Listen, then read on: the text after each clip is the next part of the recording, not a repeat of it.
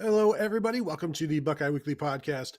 I am Tony Gerdeman, here as always with Tom Orr and more than ever with Kevin Noon. Tom, how's it going? Tony, it's great. I think I'm in a place where my internet's going to be better. The audio quality is going to be worse because it's more echoey than my normal location, but I think the internet stream is going to be better. So that's something. It is something. We'll see how it goes, though, Tom. Never at the start of the show say, hey, my internet is great. Everything's going to go fine. The Kevin, how's it going? electricity hasn't gone out here in nearly 3 days, so it should be fine. It's going well. What? No, everything's going great, guys. Good. Here we are. It's a Friday afternoon. Lunchtime. You're probably not doing anything, so why not join us for a live stream talking about Purdue and Ohio State and whatever else comes up. The Buckeyes are right now a 21-point favorite, opened up at 20. The over-under is sitting at 63.5 after opening at 61. Have we all gone on the under with our picks? And we don't need to give our picks just yet because we'll let more people join. But 63.5 seems like a lot to me, Tom, because Ohio State's offense is struggling and Purdue's defense is not terrible. And Ohio State's defense is pretty good, and Purdue's offense has not been great because they can't run the ball, so they're very pass heavy, and I'm not sure how many points they can score doing that. So this feels kind of out of whack for me in terms of Vegas, both the line and the over under. Where are you? Now I'm trying to figure out if you've changed your pick since we recorded our show on Thursday, or if you're just bad at math because you were in fact on the over at 63.5. But that's okay. I was on the under. Tony's making his thinking face right now. Please enjoy that. But yeah, I mean, it feels like I had Ohio State 38-24, and I think there's a better chance that Purdue finishes under 24 points than over 24 points. Like I'm feeling like if I'm wrong in a direction there on Purdue, I'm probably wrong high on them. And I don't know that I'm going to be substantially wrong low on Ohio State. So yeah, I would tend towards the under there on 63.5, but not dramatically so. Yeah, I'm still doing the math on that. Yes, I believe I'm slightly over, but I've been known to be wrong before. Kevin, do you think this is What? too high? This is too No, much? Tom, never. enough. No. We've moved on, Tom. Yes. I do have all the 2 boxes now, so we can put people in timeout now. I did take the under in this, I guess, just by virtue of my score, because I think every time that I took big scores, things kind of didn't work out. So until I see otherwise, I'm just not going to jump on it. We can get into the score a little bit later in the show, but I think Ohio State takes a couple steps forward. I think that, I don't think everything's going to get fixed in a game. I think even though we could look at the Nebraska game and say some things didn't go right there, I think they took some strides in certain places. I think they're going to continue taking some strides. This is the game to try and figure it all out before you get to Michigan State and then, of course, Michigan and then potentially a Big Ten championship game. I'm writing something now. I'm doing my what I know, what I think thing. And one of the things that I'm writing about is tell me what you guys think about this. TreVeyon Henderson, before these last 2 games, was averaging 8.7 yards per carry. The last 2 games, he's averaging 5 yards per carry. He's gone over 150 or whatever in 90 yards. So it's not like the production has cratered. It hasn't at all. He's actually rushing for more yards per game than he was, but he's doing it with more carries. Thank you, Train. I'm just wondering. Ryan Day has talked to him and mentioned he has to be running. You have to run tougher. You've got to be a tough runner. In November, you've got to those 3-yard runs have to pick up 5-yard runs. You've got to turn 3 into 5, and so on. Everything has to be toughness, and you've got to be able to run over people and run through people. Tom, is there any possibility that maybe he has been so focused on being that tough runner that he has kind of forgotten about, I can bounce stuff out, I can be a big play hitter. I know I need to be tough, so I'm going to show that toughness. And he's so focused on that, he's kind of maybe forgotten his way a little bit in terms of what he can do naturally. Yeah, I think that's a possibility. I mean, that would almost be the opposite of what we saw from J.K. Dobbins in 2018, where J.K. Dobbins was getting nothing because he was trying to hit a home run every time. If Henderson really is trying to just, turn 3, what's blocked for 3 into 5, what's blocked for 5 into 7, then you're running the risk of getting, trying to being a little bit too conservative there. That's a possibility.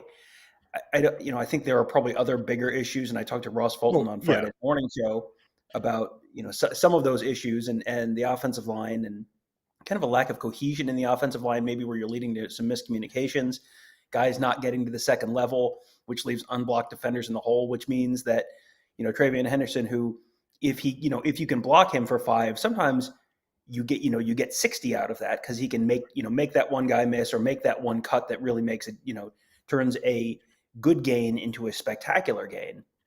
So he's not getting those opportunities necessarily. And if you are so focused on just doing what you're being asked to do, I think there might be some validity to that. Kevin, am I crazy? Yeah, but I mean, not in this instance. My big concern is that I just don't know if they're I mean, I'm not a play calling savant. I'm jack of all trades, master of none, and play calling. I'm probably not even an apprentice on that. But it just seems that they are so focused on getting him to run between the tackles. You're going to pick up this tough yardage. You're going to be able to pop this, and for whatever reason, it doesn't look like the offensive line is all in sync at all times. It does. I mean, I've watched the game. There are times where it's not necessarily that it's the defensive line getting to them. Teams are just seem to know what Ohio State's going to run, and they're bringing blitzers in off the edge. You're getting around untouched and grabbing Henderson before he can even get really past the line of scrimmage. So I do think that there is probably a lot to what you're saying there, Tony, about him just trying to be that tough runner and get all of this done. We can go back to lesser competition and what was going on there and the way that he was able to just flow much more naturally. Much more naturally. Call that play. What is that play called? Because they just need to call that. Yeah, and we know Travion Henderson, what Ryan Day loved about him is that he can get to the second level and then make something happen from there. Unfortunately, right now, with the way the offensive line is not playing as well, there is no second level. It's the first level. And then by the time everybody gets worn down, then the fourth quarter is where you finally find a second level.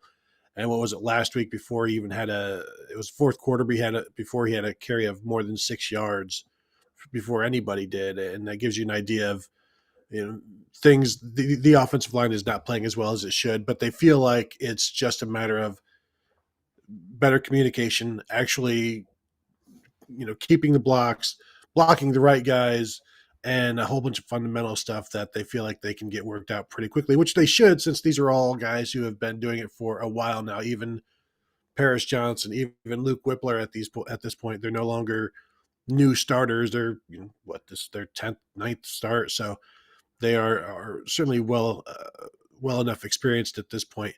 So the running game, I think, is key, as everybody does, and I'm interested to see how it goes and how much Master Teague, how much Mayan Williams. I know they probably want to give Travion Henderson a little bit of a break, but the games have been so close, Tom, that you have to go with your best guys. And so I don't know. Will they? Do they have a cap on Travion Henderson, or is it just as many as we need? You're going to have to be out there. It feels like there's going to kind of be a cap built in to a certain degree, because if he's running it 40 times, he's probably picking up enough yards and they're controlling the clock enough that they're ahead by a bunch. You're not going to run him 40 times for 87 yards. So he's going to get to 20 probably. But if they get to 25, 30 carries for him and he's productive enough that they continue to feed him the ball, you're going to have enough points that you can put in Mayan Williams, put in Master T. Because what did he have last week? 24 carries, something like that. He was kind of in the low to mid 20s, I think. And Mayan Williams had 2 and Master T had 1. If he was picking up, instead of, like you said, he was basically 4 to 6 yards on virtually all of those carries and during the course of the game. If he was picking up some 20s and some 30s, they're probably scoring touchdowns on a couple of those drives. And then instead of 23-17 with 5 minutes left in the game, you put another touchdown or two on there, and all of a sudden it's 31-17, and then you've got a little bit more room to let some of the other guys play as well. But I mean, like, very clearly, I think at this point they have shown that the number one guy that they trust is TreVeyon Henderson. There's not a 1A, there's not a 1B. They have one guy they trust right now. It's TreVeyon Henderson. And then, if you can work other guys into, great. And if Henderson got hurt or something, they have other options.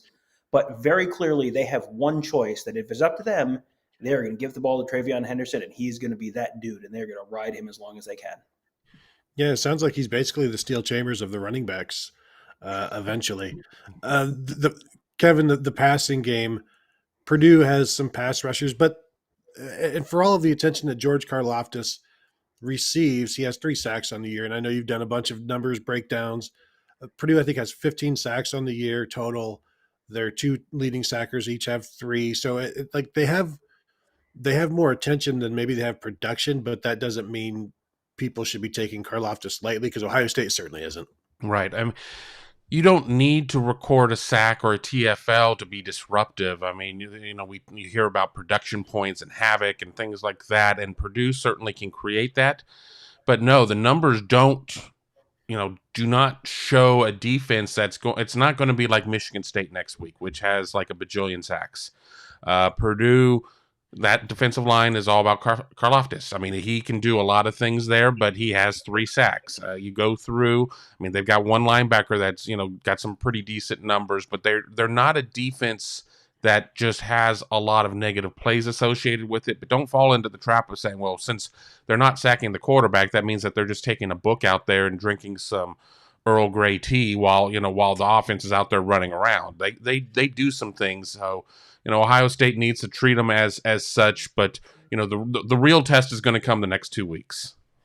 Yeah, I saw somebody ask Harry Sarvis, how does Purdue's back 7 compare to Penn State and Nebraska? I think Purdue's pass efficiency defense is, I think, 5th in the Big Ten, and they've got 11 total interceptions, with most of those coming from the secondary. So they have some playmakers, but I don't think anything like what we saw from Penn State and Nebraska. Penn State's got some NFL corners.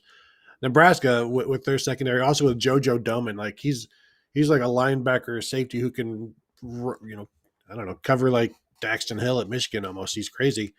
So I wouldn't expect the same thing. I think it's up to the defensive line to really create the start of that pass defense for Purdue. And if that doesn't happen, then I think you could see some issues for a Purdue pass defense that, just looking at their numbers right now to see if they've any big games, like 269 against Nebraska, 276 last week, 285 they gave up against Oregon State. So they have not had yet a 300-yard game against them, and they've done well there. 2 games with 4 interceptions, so one against Iowa, one against Nebraska. I wouldn't expect that this week. Maybe if you guys have some wood, you would like to knock on that out there listening and watching. But I don't feel like the Purdue pass defense is going to be the issue for Ohio State. I feel like it's going to be the run defense, Tom, and I almost feel like that's more about Ohio State than Purdue. Well, I just was pulling up some yards per play stats because I'm not a charlatan who relies on total passing defense. No, yeah. So the yards per pass defense, Penn State 5.7 yards per opponent pass. That's 7th in the country. Wisconsin 5.7. Ohio State might play them in a couple of weeks. Iowa 5.8. These are all top 10 teams in the country. Michigan 6.0. They're 11th in the country. Nebraska 6.5. They're 20th in the country. Purdue's fine. Purdue's 7.0 yards per pass attempt for the opponents. That's 43rd in the country. That's not bad. That's respectable. What the gap in those numbers though is bigger than you might expect. The difference between giving up 6 yards per pass attempt and 8 yards per pass attempt, or 7.5 yards per pass attempt, is the difference between having a good pass defense and a terrible pass defense. 7.5 yards per pass attempt is like 75th in the country. That's really pretty bad. Like Texas is 7.4 yards per pass attempt. So these numbers sound like they're fairly close, but really there's a few elite teams right at the top, and Ohio State's going to potentially be playing a couple of them in the coming weeks. Purdue's fine. Purdue's not incredible. They're just kind of okay in pass defense. They're worse in pass defense than Ohio State, and I think Ohio State fans would probably look at their pass defense right now in terms of giving up big plays, getting hit for kind of consistent plays, kind of going down the field, and not feel great about it. And Purdue is worse than them. I will pull up the rushing defense opponent rushing yards per attempt now, but I don't think that Purdue is something that Ohio State's going to have to be terrified about in terms of the pass defense. Purdue is actually 75th in opponent rushing yards per play, 4.3, which again is not incredible. But that's you're factoring in those 15 sacks that Tony mentioned earlier. That all comes off of that number. So your sack adjusted rushing yards per play is probably more like five and some change. Ohio State, number 8. They've allowed 3 yards per rush attempt. So, Purdue's defense it's fine. It's not a disaster, but it's just kind of fine. I was just going to say, just to kind of go off of what Tom is saying, because in Tail the Tape, I do use some of the most simplistic stats because I just don't want to get into having to explain EPA and things like that, et cetera, et cetera, et cetera.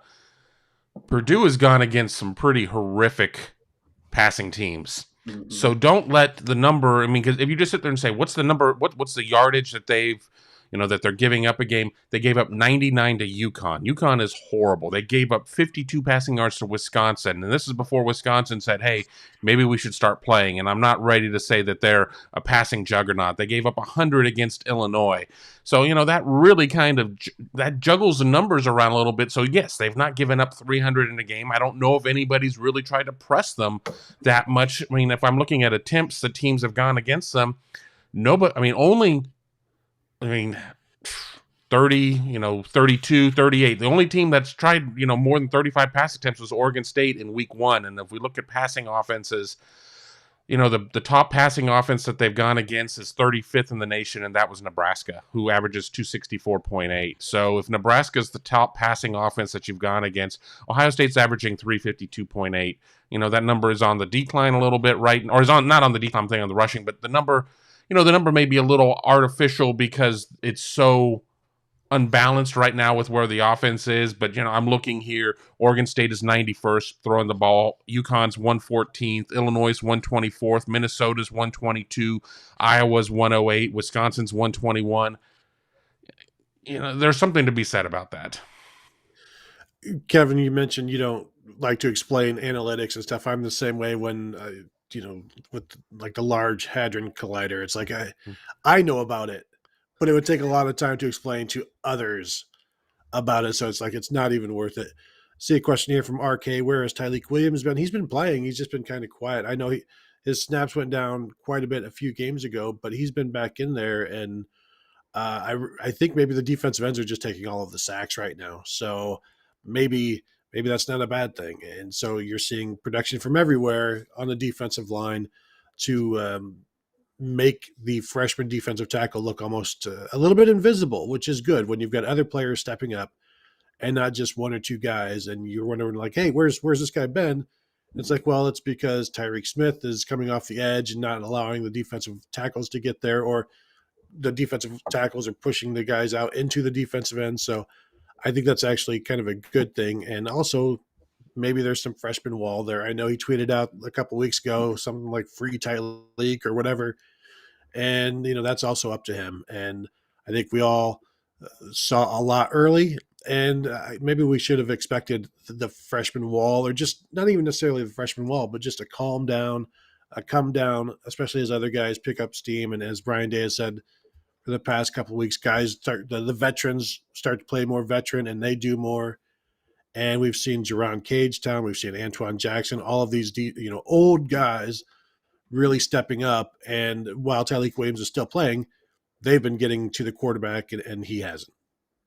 Yeah, and Ryan Day actually was asked about that on his lightning round press conference on Thursday. And if you listen to the Morning Scoop this morning, you've already heard this answer. But he was asked about Haskell Garrett and Tyleik Williams, and where are those guys going to be back, and those guys can be fine? And he basically said, yeah, they're both fine. They're both better and good to go. So I think I would expect to see, if anything, a little more of those guys this weekend. But to your point, you can only have so many guys have sacks on certain plays, and the defensive ends have very clearly improved their rush over the last couple weeks. It's still showing up in the running game. No one's running the ball on this team, so the interior of the defensive line has been doing their job as well. But the pass rush is just, at the beginning of the year, it was coming more inside and then at more inside of the defensive line than out. Now the ends are getting there a little bit more, but you also do have, this is, you see this in baseball. Like, there's a guy who comes up, the rookie phenom who comes up and just hits absolutely everything, and then people sort of figure out, okay, hey, this guy can't hit the breaking ball. He can't hit the slider low and away. Well, then you get pitched some sliders low and away, and all of a sudden it's like, oh, this guy's not doing anything anymore. It's like, well, there's a little bit of back and forth, a little bit of give and take. And so is it that? Is it freshman wall? Is it, a little bit banged up recently? I mean, the answer is probably, yeah, some combination of those. So, but yeah, it sounds like you can expect more Tyleik Williams this week. Yeah, like I think one of Ryan Day's favorite answers this season, when asked, hey, "Is it this? Is it about this?" Whatever the question is, and he's given options. He's like, "Yeah, it's probably all of that." And I think that fits there as well with Tyleik Williams. Well, you Kevin, said, you sat there and said he was playing out of his mind. Well, if he was doing that all the time, he wouldn't be playing out of his mind. That would just be the normal for him. So if you're playing out of your mind, that means that there's, normal, the base is a little bit lower. So yeah, I agree with everything you guys said about the defensive end stepping in and upping their game and everything else. And, I think there is a little bit of a freshman wall there. And I think Tyleik Williams isn't going to surprise anybody. It's not like, oh, I'm unaware of who's this freshman, who's 91. I don't know who he is. So teams are not going to sit there and be like, oh, it's just some kid. He's not going to do anything. They're going in and they're prepared. I mean, the other side has helmets and pads and video departments too. They're aware of everything. Joshua Thompson discussing David Bell. If OSU contains Bell, they have no other person to match up with our defense. It's up to Banks to shut him down. This is something, Tom, you and I talked about, where what exactly are they going to do? Because they're going to move David Bell all over the place. He'll be out to the left, he'll be out to the right, he'll be in the slot. He'll, wherever they can find a way to use him. And you see how Ryan Day is able to get Chris Olave matched up on people and Garrett Wilson, and whatever matchup they want, you can move guys around and get that. And so that's what they do with David Bell a lot. And some of those matchups just end up with him against nobody. And those are the ones you really have to worry about, where there's just a breakdown in coverage because there's so much going on. And so, like,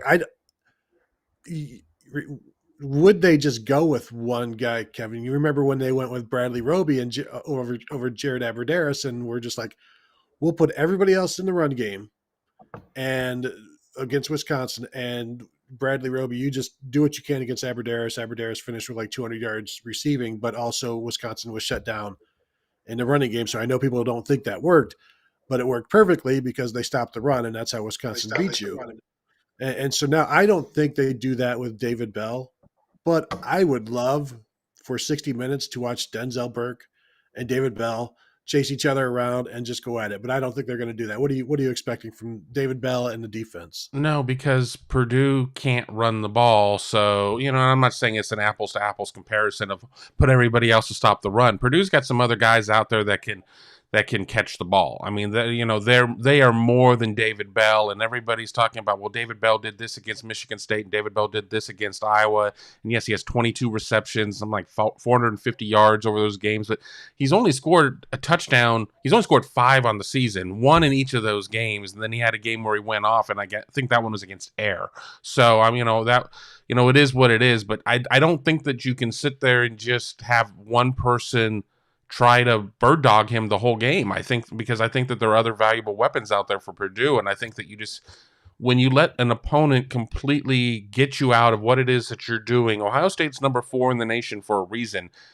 You don't want to get too far away from who you are. When another team makes you sit there and change your identity completely, that's when things can go awry. So yeah, I would be there with the popcorn and the little pennant that says Burke to watch, Burke and Bell go at it for 60 minutes, but I don't think that's going to be the avenue we're going to see. Yeah, I think you'll see some Bryson Shaw also shadowing him over top with whoever is matched up with them defensively. Just I wouldn't expect one person to do it. They're gonna move David Bell around. So like I don't see anybody running with him. You've got your field safety, you've got your boundary safety, and the corners aren't going to run from one side to the other either. So Ohio State's going to have to be careful, and I think the matchup that they will try to get is Bell on the safeties, particularly Lathan Ransom. And you wonder if maybe this would be a better game for one of the corner type safeties in that instance, whether it's Marcus Williamson, Cameron Martinez, something like that. Although, both Martinez maybe not, but just because of his youth. But is this more of a Marcus Williamson game than a Lathan Ransom game? I don't know. Because you don't necessarily need the bigger safety.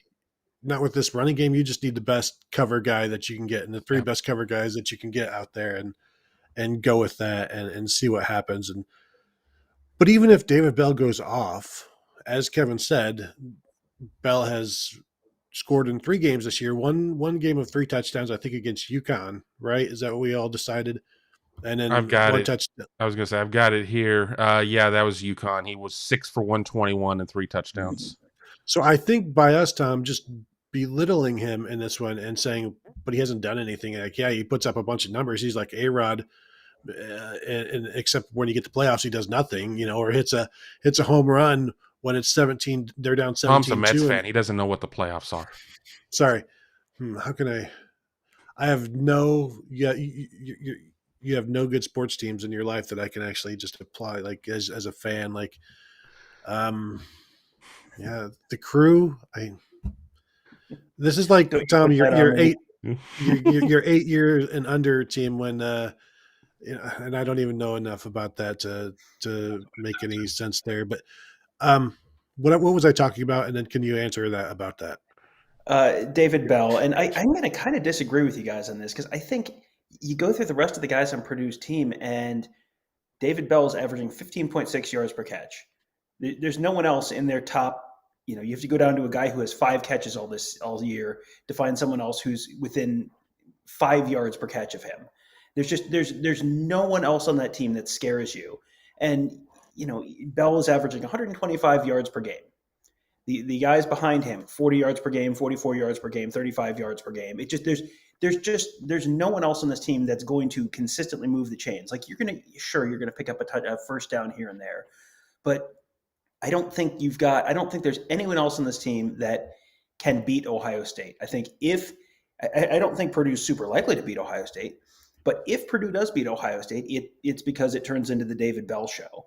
And I don't think you can let Purdue dictate to you, well, we'll just put him in the slot and then we'll know he's going to be matched up against Lathan Ransom or Marcus Williamson or Cam Martinez or whoever they end up putting in that spot. I don't know that I would let Purdue dictate that to me. You can adjust to that, because I would much rather have someone have to flip out. Lathan Ransom goes and goes outside and covers someone else who, like, put him on the guy who's getting 40 yards a game, who's averaging 10 yards a catch. That guy is not going to beat you. That guy is not going to go off for 200 yards. I think you really have to, and maybe they just have, like you said, Bryson Shaw just kind of basically stay over the top, and Bryson Shaw is just on whatever side of the field David Bell is on, and he's just he's the over the top guy. But I don't know who else on this team is supposed to be beating Ohio State. They can't run the ball. They don't have any other receivers who are big play guys. Bell has a long of 60 this year. Payne Durham has 150 yarder. No one else has a play of 40 yards all season. Payne Durham is the tight end, and you always start to worry about who in the linebackers is going to be able to try and take Payne Durham away. Yeah, I mean, it just so which other wide receiver there scares you? I mean, I've watched a little bit of Purdue. Milton Wright's pretty good. I like that TJ Sheffield. I mean, he's been pretty limited, only with 26 catches, $179, and 3 scores. Yeah, I mean, 10 yards per catch, 6.8 yards per catch. Keep going. I mean, there's just like who else? But I think it's death by 1,000 paper cuts at that point. I don't know if it's necessarily that they need to have.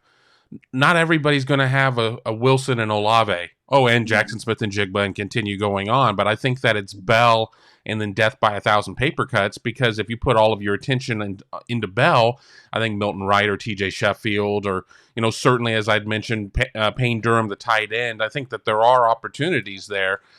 I mean, we all went into 18 and we're like, okay, stop Rondale Moore. Well, they didn't. I mean, and that, of course, it was a little bit different because DJ Knox was a much better runner than what they've got with King Doru or Xander Horvath, who was supposed to be their guy, but he's been limited to 4 games. But no, I don't see that second weapon there and say, oh my God, that guy too. He's 1A. I mean, I don't think that they have a 1A, but I do think that the sum of the parts is a little bit concerning. Yeah, I look at, I mean, stop Rondale Moore was great. Like, they had guys in place to stop Rondale Moore. You could actually get Rondale Moore down to the ground. That was the problem there. I would say if David Bell has 6 catches for 75 yards and 1 touchdown, is there any chance Purdue beats Ohio State? Any chance at all? 6 catches, 80 yards, 1 touchdown. If that's all you know about the game, if I tell you I'm here from the future, it is 8:00 on Saturday night, and these are David Bell's stats. Is there any chance Purdue has beaten Ohio State? I mean, not unless Ohio State throws like 5 pick sixes or something, and probably not. Right. Yeah, right. The win probability is going to be very high. Like, make the guys, if Garrett Wilson and Jackson Smith and Jigba were out, what would teams do to Chris Olave? They would focus their entire efforts on stopping Chris Olave and say, literally anyone else beat us. And Ohio State has Travion Henderson. Ohio State's secondary wide receivers behind those guys are probably as good or better than Purdue's. I think don't let that guy beat you. Like, everyone else, you're still covering them. You're not letting them run wide open, but don't let David Bell beat you. If you don't let David Bell beat you, they're not going to beat you. But and I want to touch on the receivers again, but first we have to get to this absolutely true super chat from Tony's SHI hat. It says, quote, I was acquired by legal means, OSU 35, Purdue 17. That is correct. This hat was not stolen from a suite in New Jersey at Rutgers at the SHI Stadium after an instant reaction pod a couple years ago. That is not what happened. We just found each other, this hat and me, by legal means. As if the hat says it, you can't deny it. But yeah, I'm Tom. I think we even talked about this in a previous show, maybe Thursday show, about the whole death by 1,000 cuts, because that's what it would have to be with Milton Wright. 19 catches of 10 yards or more, but only 3 of those have gone 20 yards. Like TJ Sheffield, I think, has 26 catches on the season. And I'm not sure. I'm just looking at like 10-yard catches of more than 10 yards this season for Purdue, and I don't even see him in the Big Ten. Travion Henderson has more than he does at like 8. Sheffield's long is 19 on the season, and I don't know if he's got any others that are even close to 19. Yeah, and so it gives you an idea of where he is. Jackson Anthrop, we saw with the crazy long catch and run on the flea flicker end around. Last week was perhaps his longest play of the year, but he's got 4 catches of 20 yards or more, just 1 of 30, and I think that was the one last week. So they're intermediate guys, but also that's where Ohio State has been struggling with their pass defense, is the intermediate stuff. So I think you can get beaten between the 20s perhaps, but then it comes down to how are you going to get into the end zone? And that's where Purdue has struggled a bit, and where Ohio State's defense has been pretty good. And so, the whole bend but don't break. And really, there's only one receiver who can break you. But also, we saw Samori Toure last week for Nebraska. He only gets a couple of catches a game. He had a couple of catches in that one, 2 long ones. So, there are some holes in this defense that a good passing game could take advantage of. Purdue has that, and a creative passing game as well. So let's, Tom, I think you're being way too dismissive of guys on scholarship, and it's offensive to me, and I think it's offensive to the viewers. Not Sue. Sue agrees with me. So, well, we know about Sue though. I'll ride and die with Sue, and you guys can have your other side. So I agree with those breakfasts that she talks about making especially on the pregame shows. Oh, I'm making these, biscotti French toast with honey maple ham or whatever. That's yes. I agree with Sue on that. P-Flaw 317, Tyreek Smith is ready to explode and become a household name in November. I don't necessarily disagree. Well, this is what, 3 straight games he's had a sack and is really finally healthy at this point. And again, if you are the knockwood kind of people out there and you want to do that, feel free. But first 3 games, no sacks, missed 3 games, last 3 games, a sack in each game, getting after the quarterback, stealing numbers from Tyleik Williams on the inside somehow, but also just combining well with Zach Harrison. Javonte Jean-Baptiste, we've seen him come on. Tuamoloau, Jack Sawyer, like those guys are older now. They're teaming well together. You get in that rotation and everybody's fresh. It's November when everybody is supposed to be fresh. That's why they do this whole thing. And now I think you're seeing it working. And Ohio State is what? Are they 4th in the nation in sacks, number of sacks? Just let me look real quick here. 5th. They're tied for 5th. They've got 33 on the season. Pitt leading with 36. Of course, they played last night to help their numbers.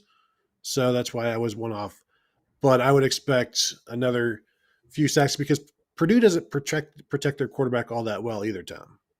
No, this is the second team in a row that Ohio State's playing where they've given up more sacks than they've gotten, which is not great. Because, George Karlaftis, we have a super chat from Jordan Kapler that we'll get to in a second that touches on him. But, you got someone as good as George Karlaftis, you should be way out sacking the other team, and you're not. So I think that's going to be something that, I don't think I had a bold prediction about Ohio State having some kind of incredible number of sacks this weekend, but I think you're seeing, as they're playing teams that don't have like truly outstanding offensive lines, the defensive line is really kind of making their presence felt. And that's, all year we've been talking about end of last year, beginning of this year, hey, you guys are getting in there you're getting quarterback pressures, but you're not actually getting the guy to the ground. How do you get better? And it's just sort of refining their technique and doing everything just a little bit better, get there a half second sooner. And that makes the difference between a sack and a quarterback hurry. And you're starting to see that. And you're also getting to the point where the opposing teams, like some teams are either the offensive line are banged up or the offensive linemen are out and you're playing against backups. And Ohio State has so much depth that, yeah, they've lost Tyler Friday. Yeah, they've played without Tyreek Smith at times this year. They've had guys banged up, but you have so much depth that you still have kind of first team level talent out there. And you also have JT Tuimoloau, you have Jack Sawyer, who are kind of continuing to grow. Just week to week, it feels like you're seeing more out of Tuimoloau, him taking bigger roles, him making more of an impact when he's out there. So, yeah, I think you're probably going to see another pretty good week for the Ohio State defensive line. Last 4 games have had 5 sacks in every game except for the Penn State game where they only had 4. So they are turning it on for sure. Let's get to this super chat from Jordan Kapler. It was mentioned that Jack Sawyer is playing the role of George Karlaftis. Who do you guys think is playing the role of Bell and scout team? And Kevin, I think probably my 2 guesses here, because I don't expect it would be Marvin Harrison or Emeka Egbuka because those guys are all in the game plan. So for me, it's either Chris Booker or Jaden Ballard. And if you're going to ask me my first initial thought was Booker because he's been around for a while and certainly longer than Jaden Ballard. But I'm guessing it's some trade-off of both of those guys in there. Yeah, Ballard was the first name that came to my mind. I didn't think about Booker initially, but that also makes some sense. But I agree with everything you said there, which is terrifying. You're not going to put your frontline guys necessarily in that in terms of, you need them to be getting their reps and for offense. They need to be running Ohio State stuff. They don't need to be running Purdue stuff. I would say Ballard would probably be my guess. And, he's somebody that's kind of forgotten when you're in a class with Egbuka and with Harrison Jr., you get forgotten. But, he was a tremendous player as well up there at Massillon. So, I think he could really fill that role. And I think there's some things that Booker, in terms of somebody who's played a lot of football, cut his teeth over on the club football team. I think there's some things that he can do as well. So, a nice little 1-2 punch there. And just to touch on the Sawyer thing for a second, DeJuan Jones made it sound like at midweek interviews that Sawyer was like the scout team guy. Ryan Day, he was asked about it on Thursday during the lightning round press conference, and he made it sound like it was more like just during the 1s versus 2s period. It wasn't like Jack Sawyer was actually on the scout team this week, because that would be pretty surprising if you're on the scout team. That's generally guys, like Tony said, who are not in the game plan. Sawyer's going to be playing. Sawyer's going to be a part of the game plan this week. So I think it was more just those guys, when they run ones versus twos, it's Nick Petit-Frere and Dwan Jones going against JT Tuimoloau and Jack Sawyer. So I think that's where that came from. It might have just not gotten quite relayed correctly from Dwan Jones to reporters and then reporters to you is what I think happened there. Tom, getting a lot of mentions for your apparel. David Greenshield asking, did you see the 30 for 30 on the 86 Mets? It was awesome. And I don't know that I have. I probably have, but the 86 playoffs is still like my one of my most favorite sports memories as a kid. I was only like 10, and it was the ALCS, the NLCS. It was all freaking awesome, and the World Series as well, of course. Yeah, that was I think the consensus greatest postseason in history, just in terms of just drama, and every series was incredible. They had the California Angels being up 3-1 and looking like they were absolutely going to win. They were winning in the last inning, and you had the Dave Henderson homer off of Donnie Moore. Yeah. They come back and win. They come back and win the series. They go back to Boston and win the last two, so they win. The NLCS, Mike Scott was completely unhittable because he was cheating and scuffing the baseballs, but we're not here to talk about that. So you get to multiple extra inning games in that series. Game 6 with Mike Scott on deck in Game 7, and the Mets knowing they weren't going to beat him. It was basically a do or die game for both teams, and that went 16 innings, and the Mets won that one. And then the World Series, you may have heard a little bit about that, but Mets down 2-0, and they came back and win it, and the famous Game 6, and then they had another comeback that everyone forgets about in Game 7. I actually have not watched that 30 for 30. I've been a little busy this fall, and I'm like way behind on all of my TV stuff, but I will get there eventually. If you have not read The Bad Guys One by Jeff Pearlman, that is a fantastic book about that season as well. You can probably find that on like thrift books for like $5.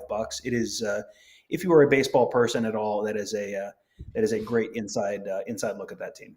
I like the 88 postseason better. No, that was terrible. No, that one was fantastic. 88 was much better. Oral Hershiser, another ball scuffer, in my opinion. Even though he's from Bowling Green, Ohio. So I prefer like when the Cubs win a World Series myself, but we can keep talking about the Ohio State Buckeyes. And Buzzsaw is kind of mentioning something here that we should probably discuss, and that's run CJ run. I like the full circle of life that we've taken from JT Barrett to CJ Stroud. And I don't want to make the fallacy or the mistake that a lot of people do when they argue about politics, and you say like, oh, what, you want CJ Stroud to run it 25 times like JT Barrett? Like, oh, you want this? It's like, no. I'm saying rather than coming all the way around to it, let's just maybe stop at the top and run it a little. Like we don't need to go all the way to ludicrousness, but maybe running CJ Stroud a little would help. And we know Ryan Day hasn't really called anything in terms of just straight running plays. There's been there's always an option to the few, maybe 4 or 5 plays he called last week for CJ Stroud to option, whether it was the speed option or the read option that he carried a couple of times. Kevin, do you think we're going to start seeing more of that? And it's not just going to be the RPOs where and for people out there, the RPO is running with the running back, or passing off of that. And it's not running with CJ Stroud and then passing off of that. It's the running back is the RPO of the R. But the read option, the speed option, do you think we see more of that moving forward now that we are in November and the shoulder is healthier? Now is when it's time, right? Well, you'd think so. I mean, at this point, I just think a couple of times a game, just to keep everybody honest, is really important. Mm-hmm. Yeah, CJ got vilified out there because I think a quote was taken, was not taken in its entirety in terms of, I'm a quarterback. It's my job to throw the ball. There are people who run the ball. They're called running backs. I mean, and that is a huge paraphrase right there. And that's, people were turned off by that, but that wasn't necessarily in the intention of the quote or whatever. And if his number is called, he's going to run the ball. And I think his number needs to be called a little bit more. We certainly, we went through 2020. We're like, oh, what would have been if they could have only run Justin Fields a little bit more, if they had more reps for the backups. Well, once again, we're here toward the end of 21. The backups haven't really had any legitimate reps. I mean, Kyle McCord's had a few. So, I mean, I can understand people who are concerned about a quarterback that dealt with a separated shoulder, what could happen if he takes a bad shot and where this team could stand. But, I think now you're getting to the point, I'm not saying necessarily against Purdue, but you're getting to the point where you need to start unleashing everything that you've got, because there's no margin for error. There's no, oh, well, we'll just come back around and build our way back up the rankings. You have to frickin' do it now. Can I address Chicken 1515? That's where I was going to go. Yes, go ahead. Who is I'm sure has said Boomer Sooner out loud at least once or twice in his life, because I don't know what other context you could possibly be confused on this. Please elaborate on this point. Nebraska loses to Michigan by 3, Michigan State by 3, Ohio State by 9, and those are good, hard-fought, close games and called a good win. Oklahoma, and it's bad, and and Oklahoma won by 7, but it controlled the game. Like he's saying, that those are good, hard-fought games when Nebraska does it, but when Oklahoma does it, it's bad. Well, here's 2 points here. Number one, is anyone talking about Nebraska in the college football playoff? No. Number 2, Michigan, Michigan State, Oklahoma. Who was the other one? Ohio State. Guess what those teams all are? Top 10. Guess what Tulane is? 1-8. Guess what Kansas is? Garbage. Like you can win close games against top 10 teams, and it shows you're a good team. And if you lose close games against top 10 teams, it is, to your point, a good hard-fought game. When you do that against Kansas and Tulane, guess what you are? Garbage. And this doesn't even count the fact that in previous years, we have all seen what happens when Oklahoma, a flawed Oklahoma team, gets in the playoff. We're just going to, if they get in again this year, guess what? We're going to waste another New Year's Eve watching Oklahoma lose. And it's going to be sad, and Lincoln Riley's going to be sad, and maybe take the LSU job, and it'll be fine. But like, this is not like, unless you are like willfully missing the point here, like there's no possible way you can conflate what Nebraska is doing this year with what Oklahoma. How are these things not the same? Because they're not the same. If you want to have people have you're the best 3-7 team in the country conversation like they are with Nebraska, like great, we'll have that conversation about Oklahoma. Otherwise, no, it's not the same. Tom, I think what he's saying. Thank you for coming to my TED Talk. I think what he's saying, Michigan beats Nebraska by 3, and it's seen as a good win, hard fought. Michigan State beats them by 3, it's seen as a hard fought win. Ohio State beats them by 9, it's a hard fought win. Oklahoma beats them by 7, and it's like it's a bad win for Oklahoma. To me, because of the context, because of all of the other Oklahoma games, like Oklahoma's not 8th in the playoff rankings this week because of the Nebraska game. It's because of the Tulane game. It's because of the Kansas game. Like this is like exceedingly not hard. I was further explaining. I'm not saying Chicken 15 is correct. I think there is some stuff there where it's the a win in the SEC is tougher and a win in the Big Ten isn't, and maybe he's talking about that a little bit. Also, Ohio State did it on the road. That's because those conferences are better than the Big 12. Just to be clear, that's why that's viewed that way. Just in case there's confusion on that point. There is also Ohio State's win was on the road by more than Oklahoma's win, which was at home. So there is some of that as well, if you would like. So we've talked Mets, we've talked Oklahoma, we have talked a little Ohio State. So this is an Ohio State chat, dude. Kevin, do you see Mayan Williams getting more carries these last 3 games? I think he can be a big contributor. That's from David Greenshield, and it sure seems like the number is going to come down for Henderson, or at least not necessarily come down for Henderson, go up for others. And maybe that's a product of not throwing the ball as much. That's also dependent on how many RPOs they call, where the defense stacks the box, forcing the throw. So that's going to impact things. But do you see Mayan Williams getting the ball more? And let's see, what does he have the last couple of games here? Just looking. 2 carries last week. Yeah. And then before that, it was not 3. Much. And in Indiana, it was 8. So he's got 12 carries in his last 5 games, but has only played in the last 3 because he's been healthy. I could see he's had 12 in the last 3. I could see half of that this week almost. Yeah, I'll hit the Mayan Williams, then I'll hit the Oklahoma thing too, real quick. But with the Mayan Williams, I don't know how he can get fewer carries other than they just take his helmet away from him. I think they're going to need all of the backs. I mean, I don't know how much we're going to see Evan Pryor at this point. I know that there are a lot of fans of Evan Pryor out there. It's just me, Tim79, hit just a comment on that as I was saying that. But I think Mayan Williams gives them a little bit of a different look. I think that if you have Mayan Williams, if you have Master Teague, maybe that helps you a little bit in terms of being able to show a little bit more diversity in the red zone and short yardage situations. Maybe you're not having a freshman who didn't have a senior season having to go out there and carry the mail, not only for 25 carries, but being out there for 90% of the offensive plays, having to block, having to do a lot of things, expending a lot of energy, not only physical, but emotional and mental. So I think it is important to be able to get some of these other backs out there. And then I just kind of wanted to jump on the Oklahoma situation as well, too. I think the world's against them right now. Just wait till you get into the SEC because things going to get real fast, real quick over there. I do like what PF Law 317 says. That Oklahoma already wants to get the SEC points. They're already looking for that SEC street cred, and they're not even there yet.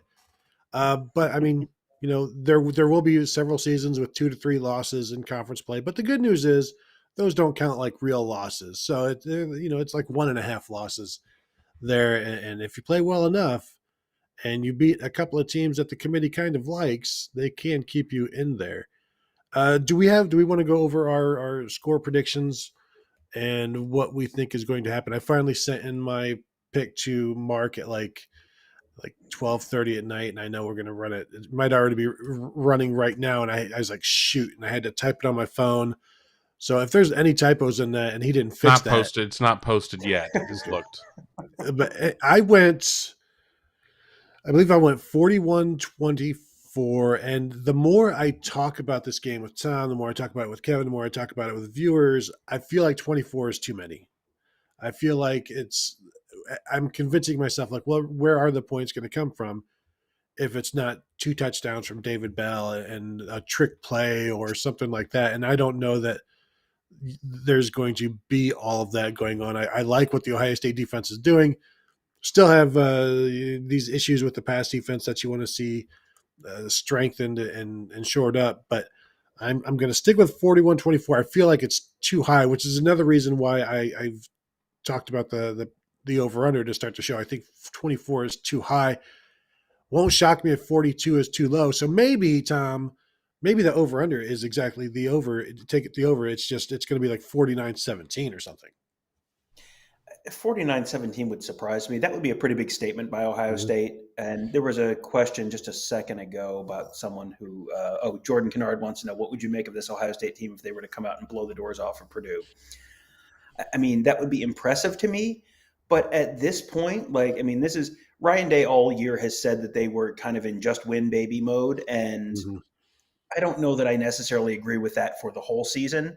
I think you needed to show that you could really put some points up on teams. You're at the point of the season where they now literally are in just win baby mode, where he's now calling this, the NCAA tournament where it's just survive and advance.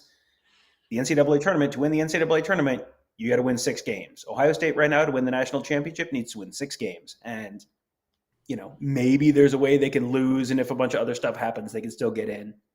But you're going to have to, your margin for error is exceptionally slim right now. So I don't think they have to. If they do, great, but there's going to be at least one very close, uncomfortable game for Ohio State in the next 4 weeks, maybe more than one. That's a real possibility.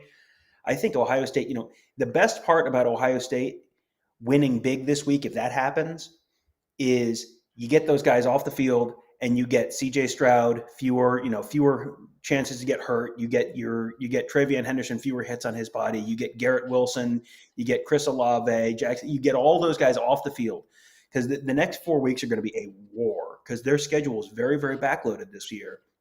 And so you're going to have, there's going to be a ton of hits on those guys over the next 4 weeks. So I'm not predicting them to blow them out. I had it at 38-24 Ohio State, but if they, if it is 49-17 or something like that, you would hope that Ohio State, those guys, middle of the third quarter out and just, you're in get out the door mode. Because I don't think, if it is 42-17, I don't think you're going to see them trying to, run it up and win style points because they don't need style points right now. They need to keep guys healthy.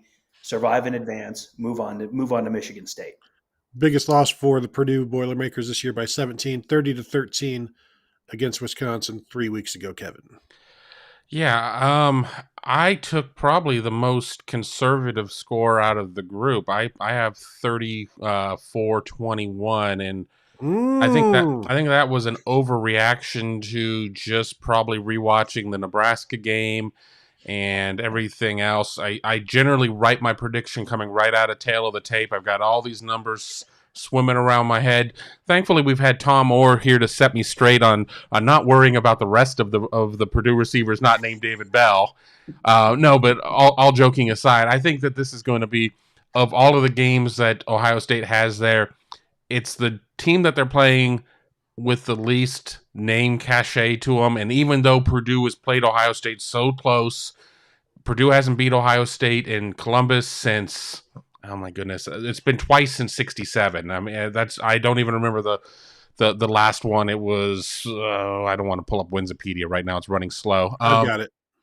It might have been 1988. It was 88. 88. So it's been a while. I like Ohio State 4 touchdowns to Purdue's 3 touchdowns. I don't think that Ohio State solves all of its red zone issues. I think we're going to see a couple Ruggles field goals there. But, my question is, and I haven't really even talked about this in a lot of pieces that I've done or shows that I've done, Purdue's gotten up for 2 huge games. They're the Boilermakers. We hear about all of that. This is a third one. I mean, how are they going to be able to respond? I mean, that's got to take a lot of energy to be able to get up in those types of games. And I understand that they just seem to have a culture of being able to do it. But it wouldn't shock me, to get back to that earlier question, if this ends up being a 48-10 game either. I wouldn't be shocked. I mean, I would be pleasantly surprised as somebody who talks about Ohio State for a living. I enjoy talking about successes. It's a lot easier than talking about the opposite of that. But I wouldn't be shocked. But for now, I've got that close margin. Well, that 30-13 loss to Wisconsin came 1 week after the Iowa win. So you got the big win over Michigan State. How do they respond, Tom? Well, and I looked it up. Purdue has won once in Columbus since 1967. That was 1988, which many Ohio State fans will tell you that season was not canon. That and 2011 are not canon. So technically they haven't beaten a real Ohio State team since 1967 in Columbus. That's the challenge for Purdue is you can win the one game. That's their gig. They're the Boilermakers. When they beat Ohio State in 2018. That did not catapult them to a fantastic 9-win season. I think they finished 6-6 and lost by about 900 points to Auburn in whatever that bowl game was. I remember sitting in the lounge at the Rose Bowl and watching that and going, "Oh, this isn't going well at all." Whatever was at the Gator Bowl or something. It was whatever it was. It was like 63-7 in the third quarter. It was like, oh no. And that's what separates the teams that do the crazy stuff every once in a while from the really good teams. To be an Ohio State level team, you have to win consistently. You have to be able to come to work every week. Purdue, the last couple times they've beaten these teams, they lose the next week. They score 13 points every week. Every time they win one of these big games, they score 13 points the next week. Well, they're not going to win this week if they score 13 points. Yeah, and you go back to the win over Ohio State in 2018.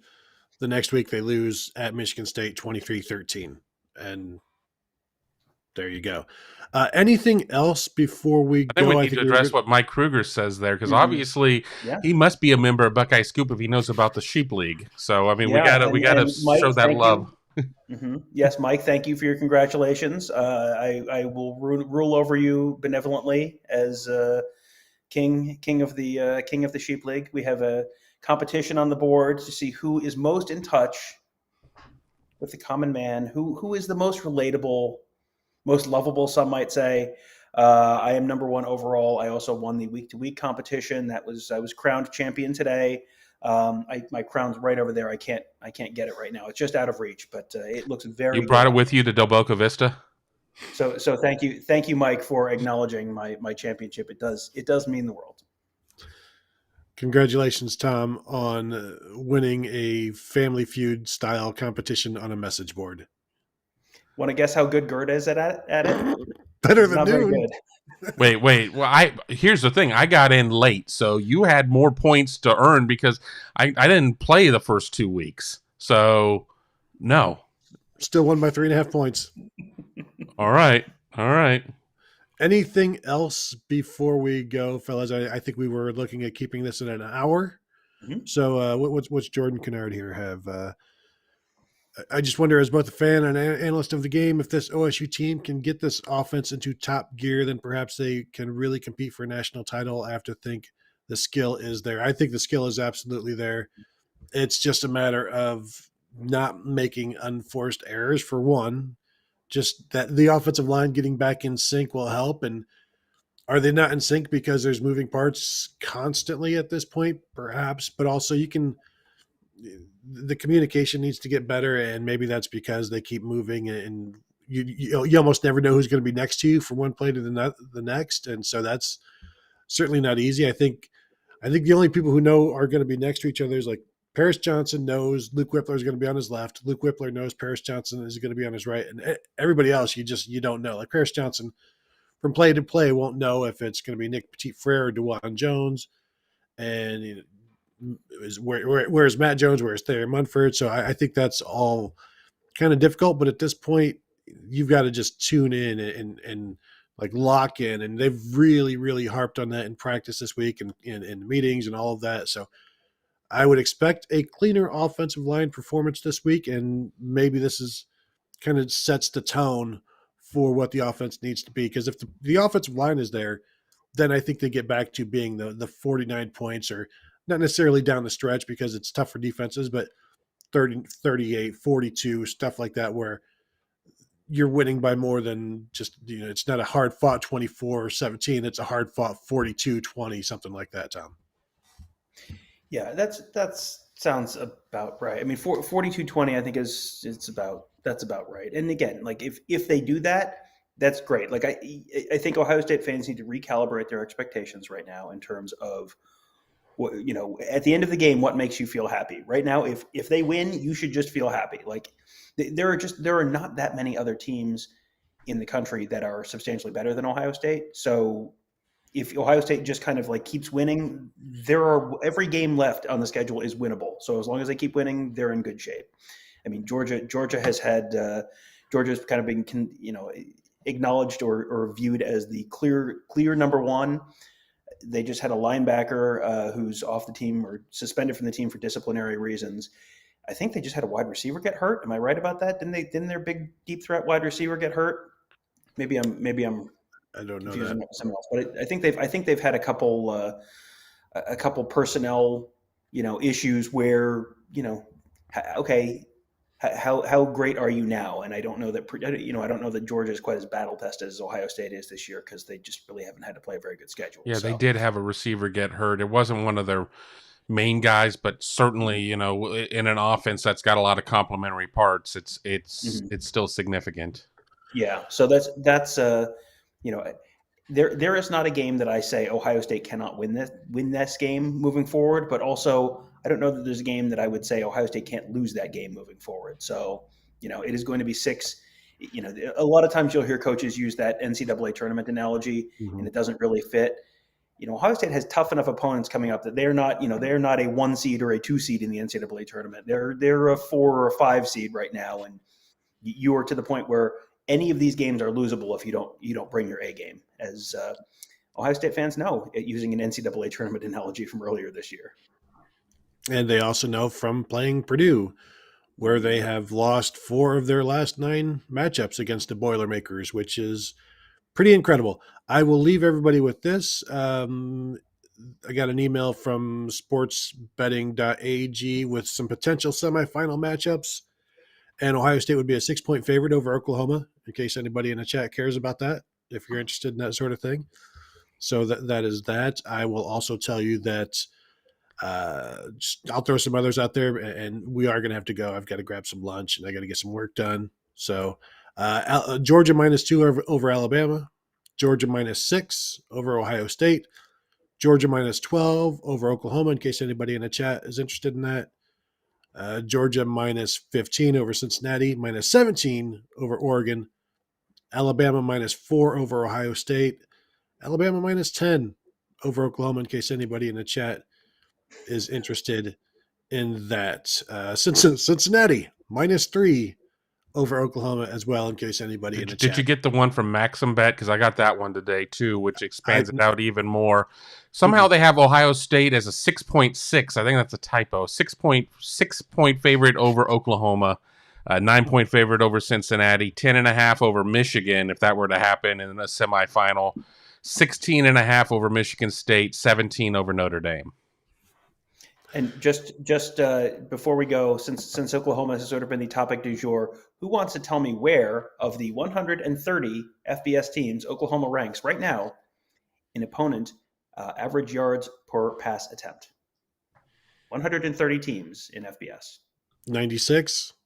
149. 149. Yes, 149 is correct. Yes.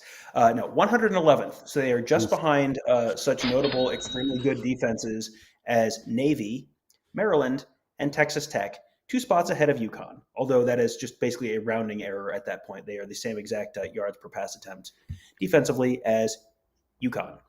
So UConn getting a new head coach, so that'll be exciting. Jim Super Mora chat from- Jr., who I looked up and I was like, I don't remember him having connections to Connecticut. And it's like, no, he's basically never coached north of Atlanta or, east of like Denver. I'm like, did he grow up there? No. His dad was an NFL coach. Did he? No. Denver Broncos. Is about as close as he was. J-O-B. That's what it is. Yeah. No. Yeah. That is. So he will be fired in 3 years with a record of 6-30.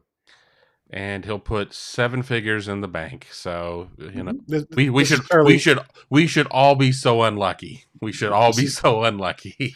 Yeah, this is Charlie Weiss going to Kansas. It's like, what is the point of this? But that's UConn football also. Like Kansas football can actually do something. UConn football, not so much. Super chat from Philip Bulio. Great to see you guys. Happy Friday. Thank you for that. And thank you guys. Thank you all for joining us this Friday. We will be back. Are we talking? What are we thinking? Like 1 p.m. tomorrow? We want to be on. Sounds we want about to be live right. Just because we want to make sure that we're with everybody when the availability report drops. We want to see if Garrett Wilson is back. Some other, other names. We'll kind of keep an eye on that as well.